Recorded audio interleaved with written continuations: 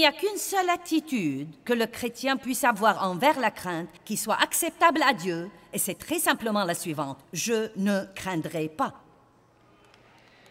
Je ne craindrai pas. Cela ne veut pas dire que vous ne ressentirez pas de crainte. Si vous ne comprenez pas les nuances de ce que je dis maintenant, la prochaine fois que vous ressentez la crainte, vous direz « ça n'a pas marché pour moi ». Maintenant, je crois que nous avons tous probablement beaucoup de craintes. Des tas de petites craintes. D'habitude, quand ce sont de grandes craintes, vous savez qu'elles sont là. Mais je crois que nous avons tous probablement des tas de petites craintes auxquelles nous nous sommes habitués et que nous devons tolérer si longtemps que nous ne nous rendons peut-être pas compte que nous les avons. Qu'en pensez-vous? Vous pensez que c'est possible? Combien d'entre vous pensent que c'est possible? Je me demande combien de fois nous pensons « Oh, je crois que je vais faire ça ». Et ensuite, une pensée craintive vient et nous disons « Je ne vais pas le faire ». Et nous n'arrêtons même pas pour dire « Dieu, est-ce quelque chose que tu veux que je fasse ?» Car quand la Bible dit « Ne craignez pas », elle ne dit pas de ne pas ressentir la crainte. Cela veut en fait dire que quand vous ressentez la crainte, ne la laissez pas vous arrêter.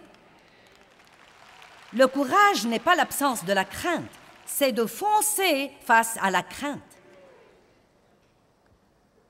Nous devons donc apprendre à, si je vais faire quelque chose et que cette pensée craintive vient, je dois penser à ce que je pense et me rendre compte que c'est probablement le diable qui essaye de m'empêcher de faire quelque chose que Dieu veut que je fasse. Et je peux aborder le problème à l'instant même et dire « Je ne vais pas vivre dans la crainte ».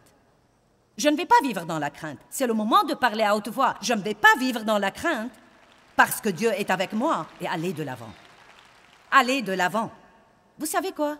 Je suis furieuse contre le diable parce qu'en fait, il vole vraiment la destinée des gens par la crainte.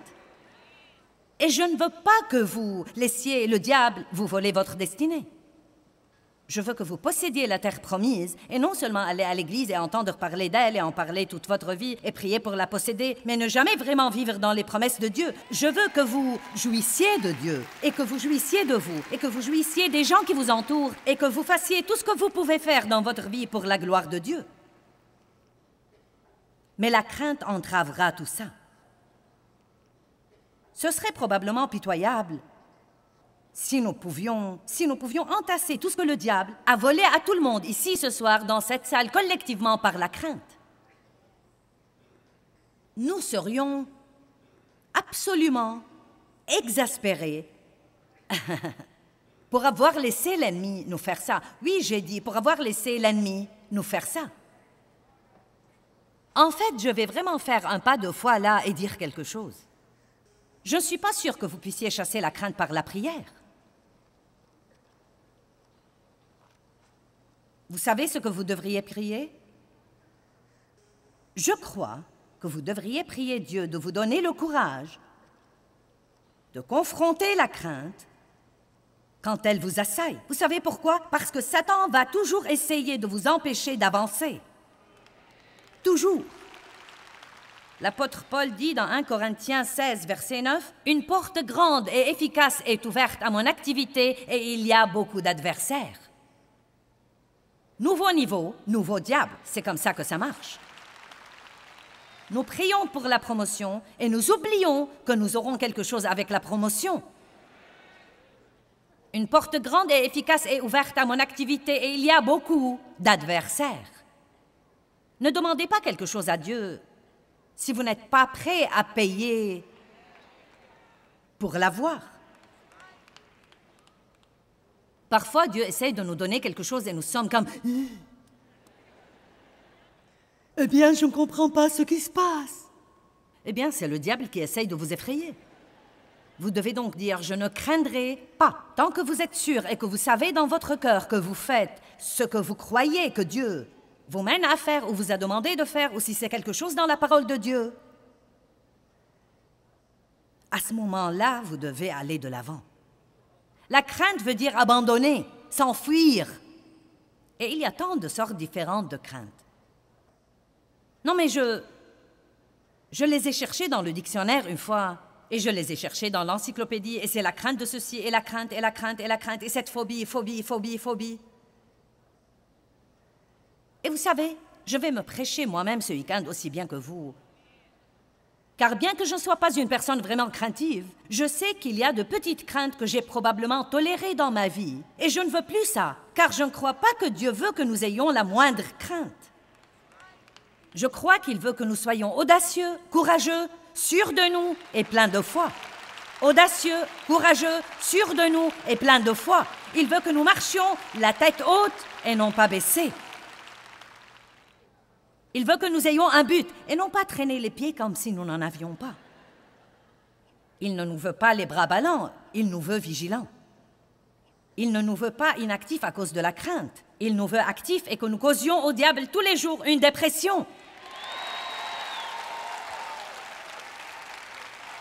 Je ne craindrai pas. Je ne craindrai pas. Que me feraient les hommes? Si Dieu est pour moi, qui sera contre moi? Si Dieu est pour moi, de qui aurais-je peur? Alléluia. Mais Joyce, je ne sais pas ce qui va arriver. Qui le sait? Moi non plus. Et vous savez quoi? Même si vous croyez que vous savez, vous ne savez pas.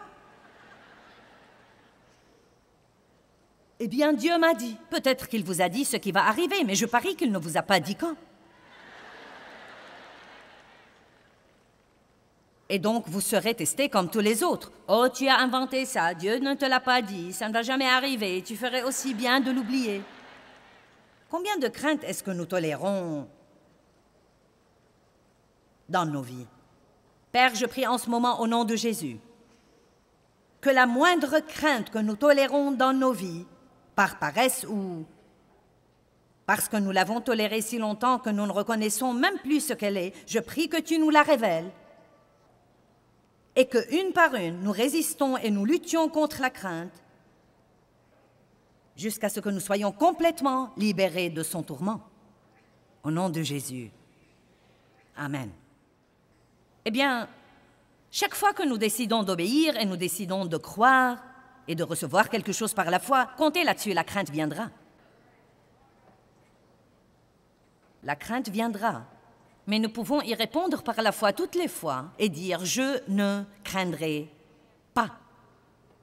Je ne craindrai pas. Hébreux 11:1. Or, la foi est l'assurance des choses qu'on espère et la conviction de celles qu'on ne voit pas. Maintenant, regardez ça. La foi n'a rien à voir avec ce que nous voyons ou ce que nous ressentons. La foi est quelque chose dans notre cœur qui dit à notre cœur « Dieu est bon, Dieu tient parole, et si Dieu a dit qu'il fera ceci, il le fera. Je me fiche pas mal de ce que je vois ou ressens ou de ce que disent les autres ou combien de temps ça prendra. » Vous devez comprendre ce qu'est la foi, car si vous croyez que la foi est quelque chose que vous êtes censé ressentir, vous n'avez rien compris. Je ne sens vraiment pas que Dieu m'aime. Ne dites jamais ça. Ne dites jamais « je ne sens pas que Dieu m'aime ». Connaissez la Bible assez pour dire « je me fiche pas mal de ce que je ressens. Je suis enraciné dans son amour. Son amour me rend plus que vainqueur par Christ. Dieu m'aime, il m'aime inconditionnellement. Quand j'étais toujours un ennemi de la croix, il m'a aimé et il est mort pour moi.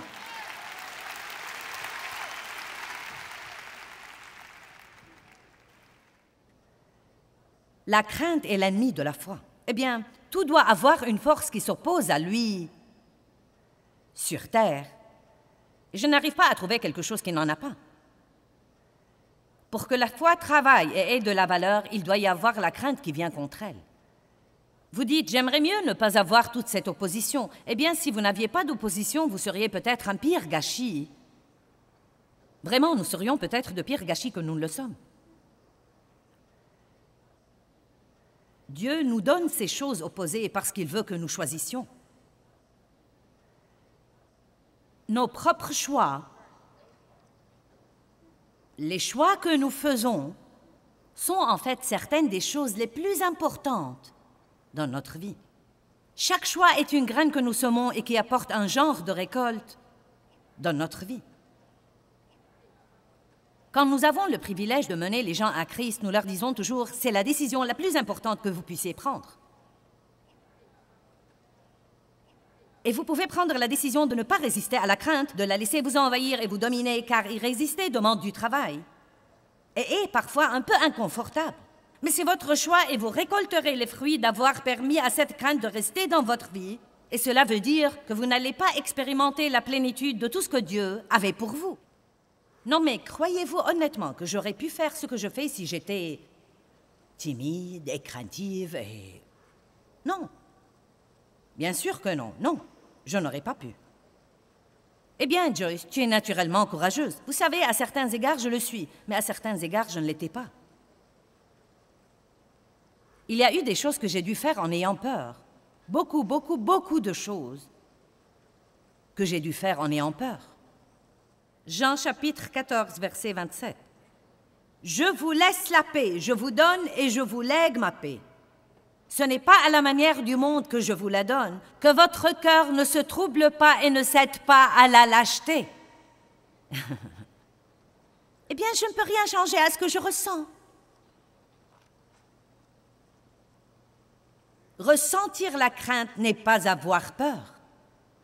Avoir peur, c'est céder à la crainte et faire ce que la crainte vous dit de faire au lieu de ce que Dieu vous dit de faire.